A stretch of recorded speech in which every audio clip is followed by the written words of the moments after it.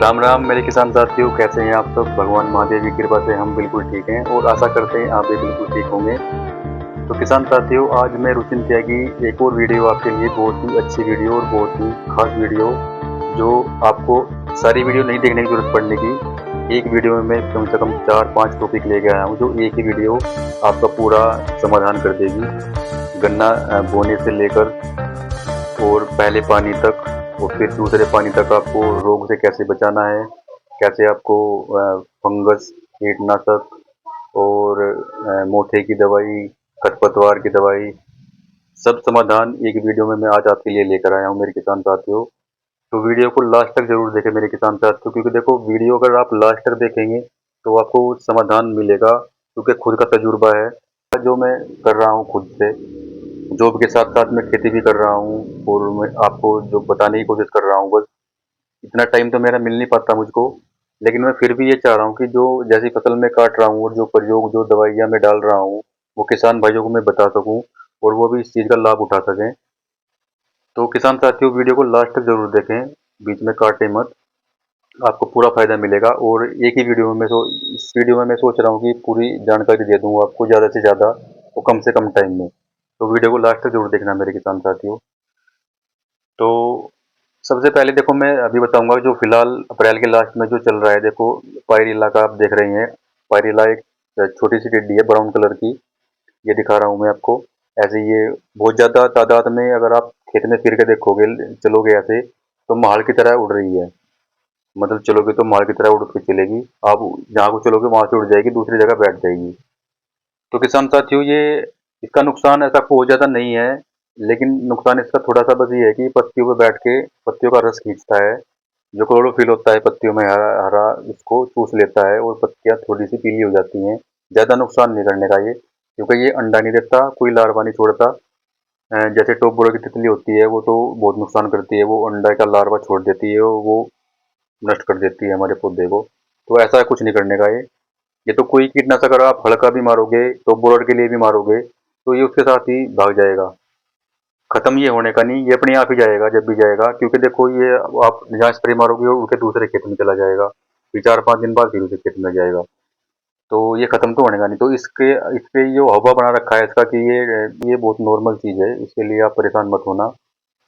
दूसरा टॉपिक जो किसान साथियों में लेकर आए हूँ आपके लिए, वो है ब्लैक फंगस। बहुत ही खतरनाक बीमारी है ब्लैक फंगस। गन्ने में भी आती है, आदमी में भी आती है। गन्ने आदमी की जो ब्लैक फंगस है वो भी बहुत खतरनाक है, और जो गन्ने में आ जाती है तो वो भी बहुत खतरनाक है। इसका मैं आपको ये फोटो दिखा रहा हूँ, देखो ऐसे ये मूंछ सी बन जाती है काली काली पौधे में। और इतनी खतरनाक बीमारी है कि इस पर जो दवाइयाँ भी हैं बहुत कम असर करती हैं। फंगस है ये एक तरह का, और फैलने वाली बीमारी है बहुत ज़्यादा। ये जो उस पर काला काला आप देख रहे हो, ये झड़ता है चून की तरह, अगर आप इसे तोड़ोगे भी ना तो ये झड़ जाएगा।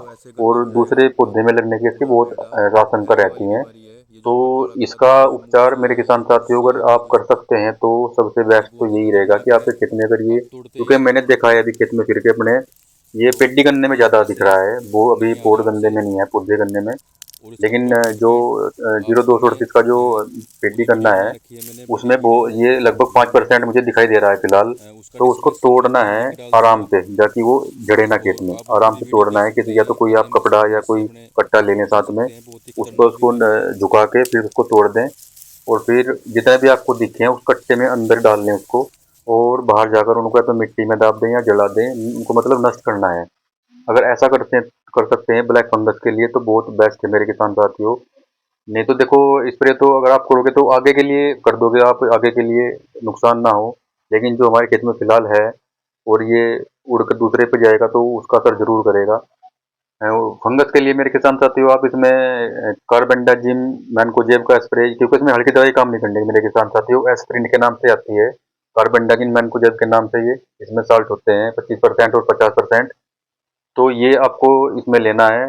दूसरा, इसमें और भी फंगिसाइड बहुत आते हैं, आप मतलब एस्पिरेंट मैंने बताया, ये बहुत अच्छा क्वालिटी है, इसमें बढ़िया परसेंटेज में है, 25 में और 50% में, बहुत बढ़िया काम करेगा ये ब्लैक फंगस के लिए। यही अगर आपको यूज करना है तो यही करना।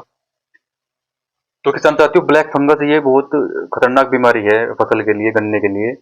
इसके लिए आपको बहुत ही सतर्क रहना है, क्योंकि ये अप्रैल के लास्ट में मैंने देखी है पेड्डी गन्ने में। अगर किसी भाई ने 3 वर्षा गन्ना थम रखा है, 2 वर्षा यानी दूसरी बार का पेड्डी गन्ना, उसमें और भी ज़्यादा है, क्योंकि एक खेत मैंने बताया था आपको, मैंने रोक रखा है तिबरसा मुंडी जिसको बोलते हैं, हमारे इधर तिबरसा बोलते हैं, यानी दुबरसा मुंडी, दुबरसा पेड्डी गन्ना। उसमें बहुत ज़्यादा दिखाई दिया मुझे ये। मैं इसको जितना भी मुझे दोनों टाइम में जाता हूँ तो तोड़ता हूँ, जितना भी मिलता है तोड़ के बाहर उसको नष्ट कर देता हूँ। तो ये ब्लैक फंगस का आपको मेरे किसान साथियों बहुत ध्यान रखना है। तीसरा किसान मेरे किसान साथियों टॉप बोरर है। देखो टॉप बोरर तो ये आपको मैंने कई सारी वीडियोस पर बना दी हैं, तो थोड़ा थोड़ा जगह मोटा मोटा मैं इसके बारे में बता दूंगा आपको। पहला अटैक इसका हो चुका है, जो नुकसान उसने किया था वो नुकसान हो गया है। आगे के लिए मैंने आपको स्प्रे बताए थे, रॉकेट वाला साल्ट ये आपको मैंने बताया था, ये रॉकेट के नाम से भी आता है, मिनिस्टर के नाम से भी आता है, और भी कंपनी है सिजेंटा की, और भी सारी कंपनियां हैं उनके नाम उनका भी आते हैं, तो आप ये ले सकते हैं। तो ये इसमें बहुत बढ़िया काम करता है, ज़्यादा महंगा भी नहीं है। और रात में मैंने आपको बताया था कि एनपीके आप लगा सकते हैं, फंगीसाइड लगा सकते हैं, और इसके साथ में आप सागरिका, जैसे सागरिका है लिक्विड वाली बढ़ोतरी के लिए, वो लगा सकते हैं। तो ये तो मोटा मोटा मैंने आपको, देखो क्योंकि टॉप बोरर पे मैंने पूरी पूरी वीडियो बना रखी है, इस पर मैं ज़्यादा आपको टाइम नहीं देने का। टॉप बोरर के लिए मैं आपको ये बता दिया कि ये आप इस्तेमाल कर सकते हैं मेरे किसान साथियों। चौथी समस्या फिलहाल मेरे किसान साथियों जो फिलहाल में टाइम है, क्योंकि सबके जो पौधा करना है वो सबके जम के तैयार हो गए हैं, और किसानों के सामने सबसे ज़्यादा समस्या मेरे किसान साथियों फिलहाल जो आ रही है, मोथे की आ रही है। मोथा बहुत ज़्यादा तादाद में किसी खेत में तो इतना जम जाता है कि पूरा दिखता भी नहीं खेत, उसमें मोथा ही मोथा दिखता है। ये खेत में दिखा रहा हूँ जैसे आपको। तो ये देखो इस किसान भाई ने इसने मेरे से पूछा था कि इसका क्या इंतजाम करें हम। ये तो मैंने इनको बताया था कि आप इसकी क्या करना है इसको, किया तो आप जब थोड़ा थोड़ा ये सुई सी लगने लगे ना आपके पौधे करने की, दिख जाएगी लाइन, हमें दिख रही है कि लाइन जम गई, तो जब ही इसको खुरपे से या फावड़े से इसकी जड़ खुदवा के निकलवा दें। जैसे देखो इन किसान भाइयों ने कर रखी है, मैं दिखा रहा हूँ आपको। मैं शाम के टाइम इनके खेत में गया था, तो इन्होंने वही काम शुरू कर दिया जो मैंने इनको बताया था। ये एक साइड से लग गए और इसकी थोड़ी थोड़ी लाइन दिखने लगी है, तो इसकी जड़ निकलवा रहे हैं फावड़े से खुदवा के और खुरपे से। तो सबसे पहला तो देखो इसका यही इलाज है, बहुत बढ़िया अगर कर सकते हैं।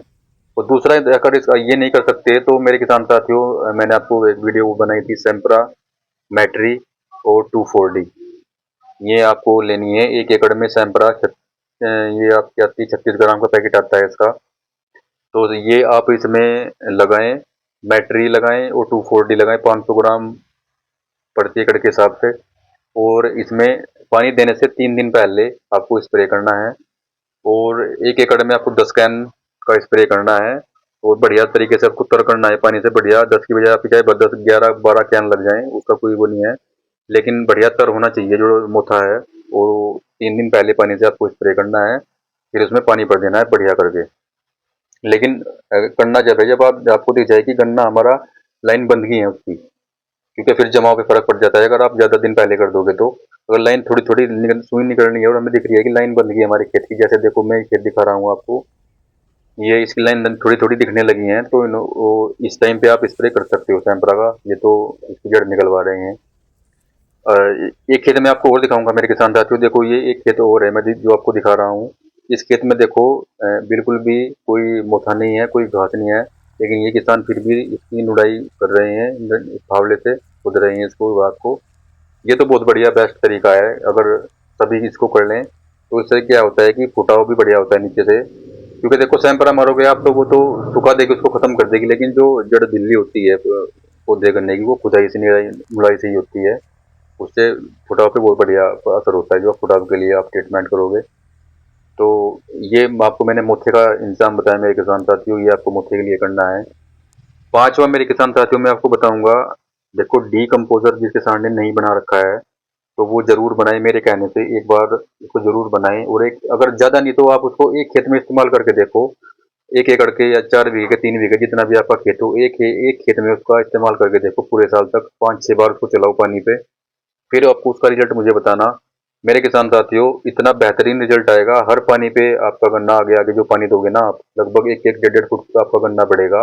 वो पत्ती आपकी लगभग 3-3 इंच चौड़ी हो जाएंगी मेरे किसान साथियों। फुटाव भी, रंग रंग भी बहुत काला हो जाएगा, और आपकी जो पत्तियां चौड़ी हो जाएंगी, और एक बिल्कुल भिड़ जाएगा, लंबाई मोटाई सब सब चीज़ों पे असर करता है ये। तो डीकम्पोजर जिस किसान भाई ने बना रखा है, वो अगर आप अगर पानी दोगे उस पानी पे आपको चलाना है। अब की जो पहली बार चलाओगे तो आपको खाली डीकम्पोज़र जो मैंने आपको बताया था ऐसे ही बनाना है। अगली बार तीसरे पानी पे आप उसमें आप 1 कट्टा डाई का मत गिरो 1 एकड़ में, आप उसमें डीकम्पोज़र में एक 5 किलो डाई डाल दो और उसको 5 दिन तक चलाओ बढ़िया सुबह-शाम और फिर अपने खेत में चला दो 150 से 200 लीटर डीकम्पोज़र। और वो डाई जो है ना 2 कट्टों का काम करेगी मेरे किसान साथियों, जितने आप अगर आपने जैसे 100 किलो डाई गिर दी हो 1 एकड़ में, इतना काम करेगी वो 5 किलो डाई।